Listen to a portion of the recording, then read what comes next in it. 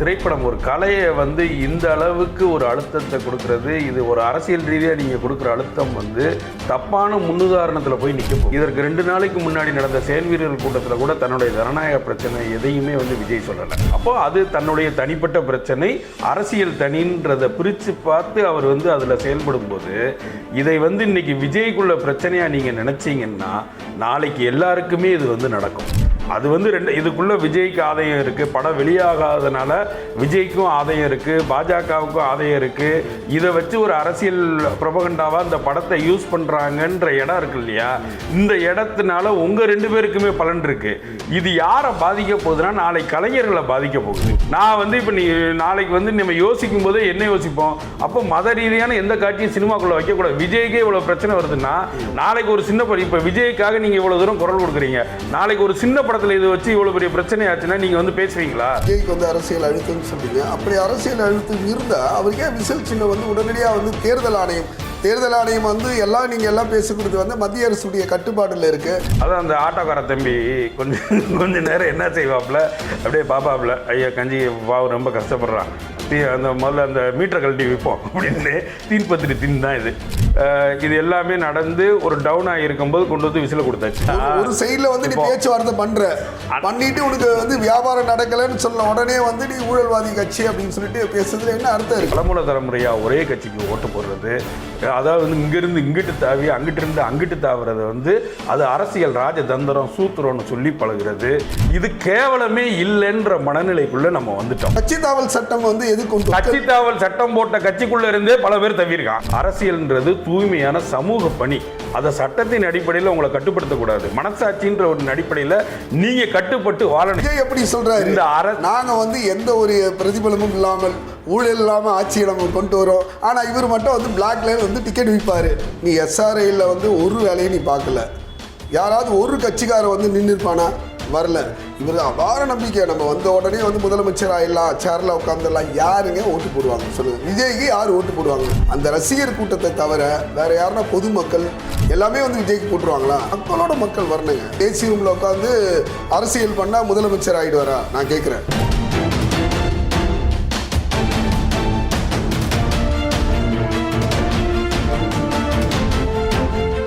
நம் தமிழ் நேயர்களுக்கு வணக்கம். இன்றைக்கு அரங்கத்துக்கு வந்து இருப்பவர் மூத்த பத்திரிகையாளர் பரமன் வந்திருக்காரு. வணக்கம் பரமன், எப்படி இருக்கீங்க? நல்லா இருக்கீங்களா? நல்லா இருக்கேன், நல்லா இருக்கேன். இன்றைக்கு வந்து ஜனநாயக படம் வந்து இன்றைக்கே வந்து ரிலீஸ் ஆகும் அப்படின்னு சொல்லிட்டு அவருடைய ரசிகர் வந்து ரொம்ப எதிர்பார்ப்போடு இருந்தாங்க. சரி, இந்த படத்துக்கு வந்து இந்த வெற்றி விழாவை கொண்டாட எப்படி வந்து அவருக்கு விசில் சின்னம் கிடைச்சிதோ அதுபோல் தொடர்ந்து வந்து ஜனநாயகத்துக்கு வந்து பெருசாக வந்து அழுத்தம் கிடையாது அப்படின்னு சொல்லிட்டு எதிர்பார்த்த அந்த சூழ்நிலையில் மறுபடியும் வந்து அந்த படத்தை வந்து தணிக்கை குழுக்கு வந்து அனுப்ப சொல்லியிருக்காங்க. இதுலேயும் அரசியல் இருக்குன்னு நீங்கள் நினைக்கிறீங்களா? இல்லை, இது வந்து அரசியல் இல்லாமல் இது இவ்வளோ தூரத்துக்கு வந்து திரும்ப இதுக்குள்ளே இவ்வளோ பிரச்சனைகள் வராது. அரசியல் இருக்க போய் தான் இதில் இவ்வளோ பிரச்சனைகள் வருது. அதாவது இது வந்து ஒரு திரைப்படம் ஒரு கலையை வந்து இந்த அளவுக்கு ஒரு அழுத்தத்தை கொடுக்கறது, இது ஒரு அரசியல் ரீதியாக நீங்கள் கொடுக்குற அழுத்தம் வந்து தப்பான முன்னுதாரணத்தில் போய் நிற்க போகுது. இதற்கு எதிராக உண்மையிலேயே திரைத்துறையினர் வந்து மிகப்பெரிய எதிர்ப்புகளை வந்து கண்டிப்பாக தெரிவிக்கணும். விஜய் அரசியலுக்குள்ளே போயிட்டாருன்ற ஒரே காரணத்திற்காக இதற்கு வந்து திரைத்துறையினர் எதிர்ப்பு தெரிவிக்காமல் இருக்கக்கூடாது. ஏன்னா இதற்கு 2 நாளைக்கு முன்னாடி நடந்த செயல் வீரர்கள் கூட்டத்தில் கூட தன்னுடைய ஜனநாயக பிரச்சனை எதையுமே வந்து விஜய் சொல்லலை. அப்போ அது தன்னுடைய தனிப்பட்ட பிரச்சனை, அரசியல் தனின்றதை பிரித்து பார்த்து அவர் வந்து அதில் செயல்படும் போது இதை வந்து இன்னைக்கு விஜய்க்குள்ள பிரச்சனையாக நீங்கள் நினச்சிங்கன்னா நாளைக்கு எல்லாருக்குமே இது வந்து நடக்கும். ஒரு படைப்பு, அதுக்கு வந்து சென்சார் சர்டிஃபிகேட் கொடுக்கப்பட்டு அதன் மேலே நீதிமன்றம் ரிலீஸ் பண்ணுங்கன்னு சொல்லப்பட்ட ஒரு படத்தை இன்னைக்கு வந்து நீங்கள் மறுபடி சுப்ரீம் கோர்ட்டுக்கு போய் அங்கேருந்து திரும்ப இங்கே வந்து அமர்வுக்கு வந்து திரும்ப வந்து இழுத்து வச்சு இன்னைக்கு மறுபடியும் ரிவ்யூ கமிட்டிக்கு போகுதுன்ற இழுக்கிறதுக்கு பின்னாடி எவ்வளோ பெரிய அரசியல் இல்லாமல் இது நடக்கும். வந்து குரல் கொடுப்பாங்க, குரல் கொடுத்தா வந்து ஸ்டேட் கவர்மெண்ட்டையும் பகிச்சா போல இருக்கும். அதுக்கு அடுத்தது வந்து இவங்க வந்து அதிகமாக குரல் கொடுத்தாங்களா அடுத்த நாளே அவங்க வீட்டுக்கு இடி வரும். இன்கம் டேக்ஸ் வரும், எப்படி இல்லை அதான் நீங்கள் அப்படி ஒரு பயத்தோடு இருந்தீங்கன்னா எல்லா யாருக்குமே அந்த தைரியம் இல்லை. ஏன்னா எல்லாமே வந்து முறையாக வந்து வரி கட்டுறாங்களா? இல்லை அது வந்து கெட்டுறாங்க, கெட்டாமல் அப்படி இருக்க முடியாது வைக்கிறதுன்றதை தாண்டி இந்த சினிமா தான் உங்களை வாழ வச்சுக்கிட்டு இருக்கு. ரஜினிகாந்த் என்ன பண்ணுறாரு? எல்லாருமே தான் சொல்கிறேன் நான், ரஜினிகாந்திலிருந்து எல்லாருமே வந்து நீங்கள் இந்த திரைத்துறை இதில் இருக்கிற அரசியலை தூக்கி ஓரமாக வச்சுட்டு ஒரு கலை ஒரு திரைப்படத்தின் மீது இவ்வளோ பெரிய அழுத்தத்தை சென்சார் போர்டு கொடுக்குதுன்ற போது அதற்குண்டான எதிர்வினையை எப்படி தமிழகம் எல்லாத்துலேயும் முன்னுதாரணமாக இருக்குதோ, அதாவது முதலமைச்சர் முதற்கொண்டு ட்வீட் போட்டார் இதுக்கு, இது நீங்கள் வந்து மாநில அரசு இதுக்கு எதிராக இருக்குன்றதுக்கு அது இல்லைன்றது இல்லை. அப்போ நீங்கள் வந்து அது நீதிபதிகள் குறிப்பிடுறதுலே அதில் இந்து மத சம்பந்தப்பட்ட உணர்வுகளை பின்பற்றி இருக்கு, அதை வந்து ஒரு இராணுவம் இது பண்ணியிருக்கு அப்படின்னு நிறைய கருத்துக்களை வந்து எடுத்து வைக்குது. அதுபோல கருத்துக்களை இதுக்கு முன்னாடி சொன்ன படங்கள் வந்து இல்லையா? நிறைய இருக்கு. அப்போ வந்து இது ஒரு அரசியல் காரணங்களுக்காக நீங்க கொடுக்கக்கூடிய அழுத்தம், இன்னைக்கு இதுக்கு பின்னாடி அரசியல் இருக்குன்னு தெரிஞ்சாலும் நாளைக்கு இது போல ஒரு சுதந்திரமான ஒரு படத்தை எடுக்க விடாததுக்கு இது ஒரு முன்னுதாரணமா ஆகி போயிடும். நாளைக்கு வந்து நீங்க ஒரு கலைஞனுடைய சிந்தனையிலே நீங்க சென்சார் போடுறீங்க. காலகாலமாக தானே வருது. உலக சுற்றவாளிமன் எம்ஜிஆருக்கு எப்படி மிகப்பெரிய ஒரு அழுத்தத்தை கொடுத்து அதே மீறிய வந்து திரையுலகத்துக்கு மிகப்பெரிய ஹிட்டு. எம்ஜிஆர் படத்திலேயே வந்து மிகப்பெரிய ஒரு வசூல் பார்த்தது உலக சுற்றவாளிமன்.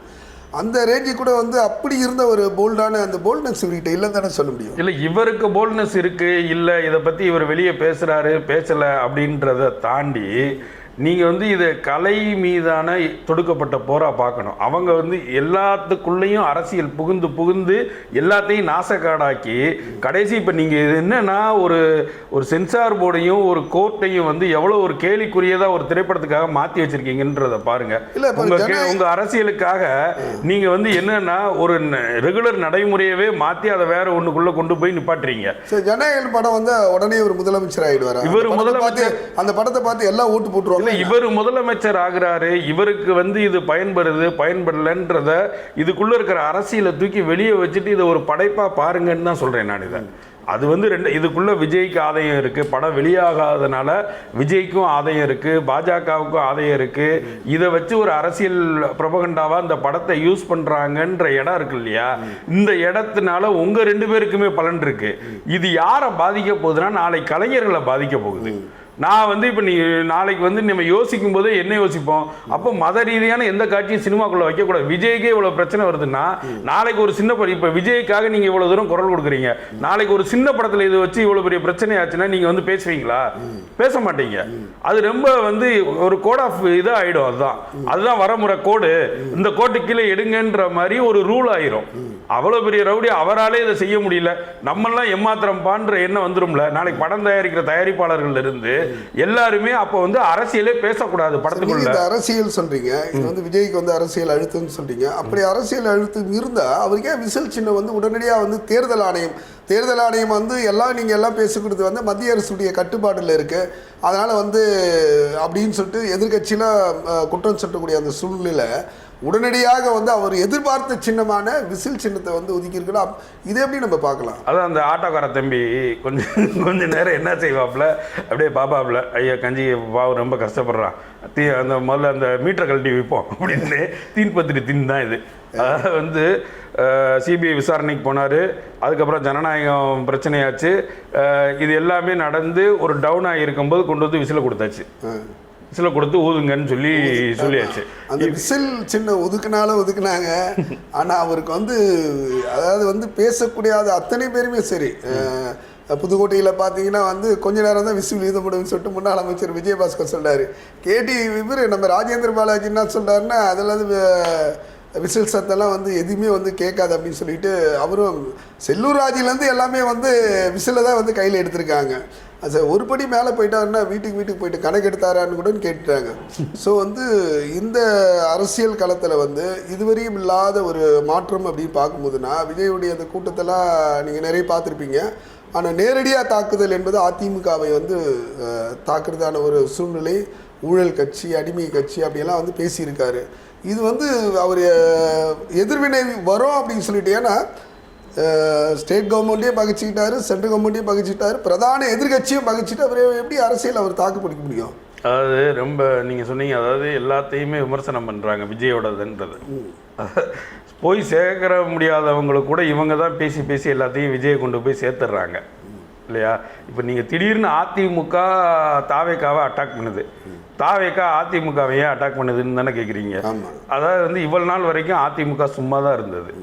அட்டாக் பண்ணிச்சா விஜய் எந்த விஷயத்துல? பண்ணல. அவருக்கு ஆதரவாக தான் குரலே கொடுத்தாங்க. அதிமுக தான் வந்து கரூரில் 41 பேர் இறந்ததுப்போ வந்து உடனடியாக வந்து ஆதரவு கரைக்கிட்டதில் அதில் ஒன்று அண்ணாமலை எடப்பாடி அவர்களாக வந்து அவருக்கு ஆதரவாக தான் குரல் கொடுத்தாங்க எல்லாருமே. அதில் அதாவது வந்து இரண்டு தரப்புமே திமுக அதிமுக இரண்டுமே விஜய் ஒரு ஆளாயிடக்கூடாதுன்றதுனால அதை வந்து திமுக ரொம்ப கான்சியஸாக பண்ணிச்சு. அது விஜய் சம்மந்தப்பட்ட எதுக்குமே வந்து மேஜராக மேலிருந்து பதில் வந்ததே இல்லை ஸ்ட்ரெயிட்டாக. அது வந்து பழைய பாலிடிக்ஸ் கலைஞர் காலத்துலேயும் சரி ஜெயலலிதா காலத்துலேயும் சரி விஜயகாந்தை ரொம்ப நாள் அட்ரஸ் பண்ணவே இல்லை ரெண்டு பேருமே இல்லையா? அப்போ அதே மாதிரி கவனமாக விஜய் வந்து திமுக தவிர்த்தது, அதிமுக கள்ளத்தனத்தோட தவிர்த்தது. ஆமாம், அவங்க வந்து ஒரு சைடில் வந்து கள்ளத்தனம் சொல்ல முடியாது, கூட்டணிக்கு வருவாங்கன்றத நம்பி பவன் கல்யாணி வந்து ஏற்கனவே வந்து பிஜேபி சார்பில் வந்து பவன் கல்யாணி விஜயோட பேச்சுவார்த்தை பண்ணிட்டு இருந்தார். ஆனால் எடப்பாடி அவர்கள் வந்து தெளிவாக வந்து ஒரு முடிவுக்கு வந்துட்டார். முன்னாடி போலாம் வந்து விஜய்க்கு வந்து அவ்வளோ பெரிய சப்போர்ட்லாம் இல்லை, அதனால் எங்களால் வந்து அதிகபட்சம் வந்து ஒரு 25 சீட்டு தான் எங்களால் தர முடியும் அப்படின்னு. அந்த சீட்டு இதில் தான் வந்து விஜய் வந்து ரிவேஸ் ஆனதுன்னு கூட நிறைய பேர் பேசுகிறாங்க. அதுக்கான தகவல் தான் இது. அப்படி இருக்கும்போது என்ன இருக்கு, ஒரு சைடில் வந்து நீ பேச்சுவார்த்தை பண்ணிட்டு உனக்கு வந்து வியாபாரம் நடக்கலைன்னு சொல்ல உடனே வந்து நீ ஊழல்வாதி கட்சி அப்படின்னு சொல்லிட்டு பேசுறதுல என்ன அர்த்தம் இருக்கு? அதிமுக ஊழல்வாதி கட்சியில இருந்து வந்த செங்கோட்டையனே நீ பக்கத்துல வச்சிட்டு இருக்க. கூப்பா கிருஷ்ணன் வந்து ஊழல்வாதி மேல குற்றச்சாட்டப்பட்டார், அவரையும் நீ கூட வச்சிருக்க. அப்ப யாரு வந்து கூப்பிட்டாலும் வந்து கூட வச்சிருக்க. அப்பெல்லாம் தெரியாதா ஊழல்வாதி கட்சின்னு சொல்லிட்டு தெரியாதா? அதிமுகல இருந்து நீங்க யாரை வராதீங்கன்னு தைரியமா சொல்லுமே. அதான் ரெண்டு விஷயம் இருக்கு. ஒன்னு வந்து பழக்கம், இன்னொன்று மாற்றம். பழக்கம்ன்றது என்னன்னா, நம்ம இந்த கடந்த 30 வருடம் 40 வருடமாக ஒரு அரசியல் பழக்கத்தை பழகியிருக்கோம். என்ன பழகியிருக்குன்னா, தலைமுறையாக ஒரே கட்சிக்கு ஓட்டு போடுறது, அதாவது வந்து இங்கேருந்து இங்கிட்டு தாவி அங்கிட்டிருந்து அங்கிட்டு தாவுறது வந்து அது அரசியல் ராஜதந்திரம் சூத்திரம்னு சொல்லி பழகிறது. இப்படி எல்லா கேவலத்தையும் நம்ம வந்து அரசியலுங்கிற ஒரு அலங்காரத்துக்குள்ளே வச்சு இந்த பழக்கத்தை பழகி இது கேவலமே இல்லைன்ற மனநிலைக்குள்ளே நம்ம வந்துட்டோம். அப்போ இது எதுவுமே இல்லாம எந்த கட்சியுமே வேண்டாம், நான் தனிமையில நிக்கிறேன். கட்சி தாவல் சட்டம் வந்து எது கொண்டு வந்தாங்க? கட்சி தாவல் சட்டத்துல யார் மேல நடவடிக்கை எடுத்துருக்கீங்க? எந்த கட்சி? அதாவது எல்லா கட்சியும் இந்த சட்டம் போட்ட கட்சி, இந்த கட்சி தாவல் சட்டம் போட்ட கட்சிக்குள்ள இருந்தே பல பேர் தவிர்க்கான். இந்த தேர்தல் ஆணையம் ஒன்று நடந்திருக்கு, அதிகமான செலவு பண்ணவங்களை வந்து நாங்கள் தண்டிக்கிறோம்னு சொல்லி பல கேஸுகளை தேர்தல் ஆணையம் போட்டிருக்கு. ஏதாவது ஒரு கேஸில் யாராவது தண்டிக்கப்பட்டிருக்காங்களா? யாராவது இந்தியாவில் வந்து அது போல இருக்காங்களா? அப்படி யாரும் இல்லை. அதெல்லாம் கட்சி தாவல் தடை சட்டம் இதெல்லாம் வந்து சும்மா கண் துடைப்புக்கு செய்யக்கூடியது. ஒரு அரசியல்ன்றது தூய்மையான சமூக பணி. அதை சட்டத்தின் அடிப்படையில் உங்களை கட்டுப்படுத்தக்கூடாது, மனசாட்சின்ற ஒரு அடிப்படையில் நீங்க கட்டுப்பட்டு வாழணும். ஏன் அரசியல்வாதிக்கு வெள்ளை சட்டை கொடுக்குறாங்க? விஜய் ஆதரவாளர் நினைக்கிறேன். விஜய் ஆதரவு, அதாவது விஜய் எப்படி சொல்றாரு, இந்த நாங்க வந்து எந்த ஒரு பிரதிபலமும் இல்லாமல் ஊழல் இல்லாமல் ஆட்சியை நம்ம கொண்டு வரோம், ஆனா இவர் மட்டும் வந்து பிளாக்ல வந்து டிக்கெட் விற்பாரு. புரியுதுங்களா? அதாவது ஏதாவது ஒரு மாற்றத்தை பேசுறவங்களுக்கு கூட ஏதாவது ஒரு லேபிள் ஒட்டி இப்படின்னா அந்த லேபிள ஒட்டுறது அதுவும் தப்பு தான் சொல்றேன் நான். அதுவும் தப்பு தான். அது ரைட்டுன்னு நான் எங்கேயுமே வந்து நான் வாதிடவே இல்லையே. நீங்க வந்து என்னன்னா ஒரு வழக்கமான ஒரு அரசியல் நடைமுறை இருக்கு. இந்த நடைமுறையை ஒரு தலைமுறையை நம்ம பார்த்து பழக்கப்பட்டு நமக்கு அதை ஈஸியாக ஜீரணிக்க முடியுது. அதை வருகின்ற ஒரு புதிய தலைமுறை அதை ஜீரணிக்க முடியல. அந்த புதிய தலைமுறைக்கு அவருக்கு என்ன நம்பிக்கை கொடுத்துருக்காரு? அதாவது விஜய் வந்து பேசும்பொழுது அந்த கூட்டத்தில் திமுகவை விமர்சனம் பண்ணுறாரு, அதிமுக விமர்சனம் பண்ணுறாரு. மற்றபடி இந்த மக்களுக்கு என்னை நம்பி வர மக்களுக்கு அதே போல் வந்து ஓட்டு என்ன சொல்லுவாங்க, ஏஜென்ட் இருக்காங்களே, ஏஜென்ட்டே வந்து கள்ள ஓட்டுக்கு போடக்கூடிய ஒரு கும்பல் அப்படின்னு சொல்கிறாரு.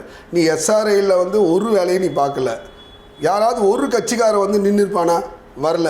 இவர் அபார நம்பிக்கை, நம்ம வந்த உடனே வந்து முதலமைச்சர் ஆயிடலாம், சேரில் உட்காந்துடலாம். யாருங்க ஓட்டு போடுவாங்க சொல்லுங்கள்? விஜய்க்கு யார் ஓட்டு போடுவாங்க?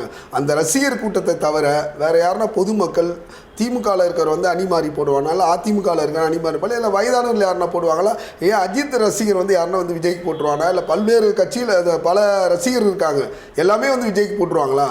வெறும் விஜய் ரசிகர் மட்டும் வந்து அவர் ஒரே 2.5 கோடி குடும்ப அட்டைதாரர் இருக்கு.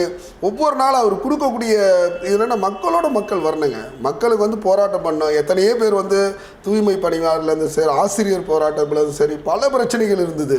நான் அது எதுக்குமே வரலையே. வந்து உட்காந்துட்டு ஒரு பங்களாவில் உட்காந்துட்டு ஒரே ரூமில் வந்து ஏசி ரூமில் உட்காந்து அரசியல் பண்ணால் முதலமைச்சர் ஆகிடுவாரா? நான் கேட்குறேன். ஜிபி முத்து செலிபிரிட்டினா விஜய் தான் தலைவர். அதிமுகவுக்கும் திமுகவுக்கு தான் வந்து தேர்தல் களத்தில் வந்து போட்டி நம்ம வந்து ஆரம்பத்துலேருந்து சொல்லியிருக்கோம். திமுக செய்யக்கூடிய அவங்க வாக்குறுதிகள் இது வரைக்கும் வந்து நீட் இதுலேருந்து சரி, காவேரி பிரச்சனைலேருந்து சரி, கச்சத்தீவு பிரச்சனைலேருந்து சரி, விவசாய பிரச்சனையிலேருந்து சரி, பல்வேறு அடிக்கிட்டே போகலாம். அரசு ஊழியர்கள் பிரச்சனை சரி. இப்போ தேர்தல் நெருங்க தான் வந்து எல்லாரையும் கூப்பிட்டு திமுக அரசு வந்து பேச்சுவார்த்தை நடத்தலை. இது வரைக்கும் என்ன ஏன் வந்து பேச்சுவார்த்தை நடத்தலை? கடந்த 4 ஆண்டுகளாக வந்து ஆளுங்கட்சியாக இருந்தக்கூடிய திமுக ஏன் அரசு ஊழியர்கள் பிரச்சனையாக முன்னாடியே ஏன் தீர்க்கல? அதே போல் வந்து எவ்வளோ பேர் ஆசிரியருடைய பிரச்சனையை தீர்க்கல, தொகுப்பு ஆசிரியருடைய பிரச்சனை, விவசாயிகளுடைய ஒவ்வொரு வருஷமும் வந்து விவசாயிகளுடைய பிரச்சனைகள் வந்து நெல் மூட்டை வந்து சதறி இருக்க சரியான குடோன்கள் சொல்றாங்க. அதே போல வந்து ஒவ்வொரு மழை காலகட்டத்தில் வந்து விவசாயிக்கு தேவையான நிவாரண இது தரலன்னு சொல்லி. அப்ப இத்தனை வருடமா ஆண்டும் இவ்வளவு குறைகளோட தான் இந்த ஆட்சியும் இருக்கு. நிச்சயமா நீங்க சொல்ற இது வந்து 2026 இந்த தேர்தல் நெருங்க ஒவ்வொரு நாட்களும் வந்து பல அரசியல் மாற்றங்கள் நடந்துட்டு தான் இருக்கு. சென்ற வாரங்கள் மோடி வருகைக்கு பிறகு வந்து என்டிஏ கூட்டணியுடைய மிகப்பெரிய ஒரு எழுச்சியாக இருந்தது. அதன் பிறகு 2 நாட்கள் முன்பு விஜயுடைய அந்த கூட்டத்துக்கு பிறகு வந்து முக்கோண இது இன்னும் வந்து திமுகவுடைய அந்த நிலைப்பாடு என்ன அப்படின்னு சொல்லிட்டு அவங்க எடுக்கக்கூடிய அந்த ஸ்டெப்பு, அந்த கூட்டணியிலேருந்து யார் யார் வெளியில் வர போகிறாங்க, இல்லை அந்த கூட்டணியே நிலைத்து நிற்குமா அப்படின்னு சொல்லிட்டு நம்ம பொறுத்திருந்து பார்ப்போம். பரமன், நன்றி. நன்றி.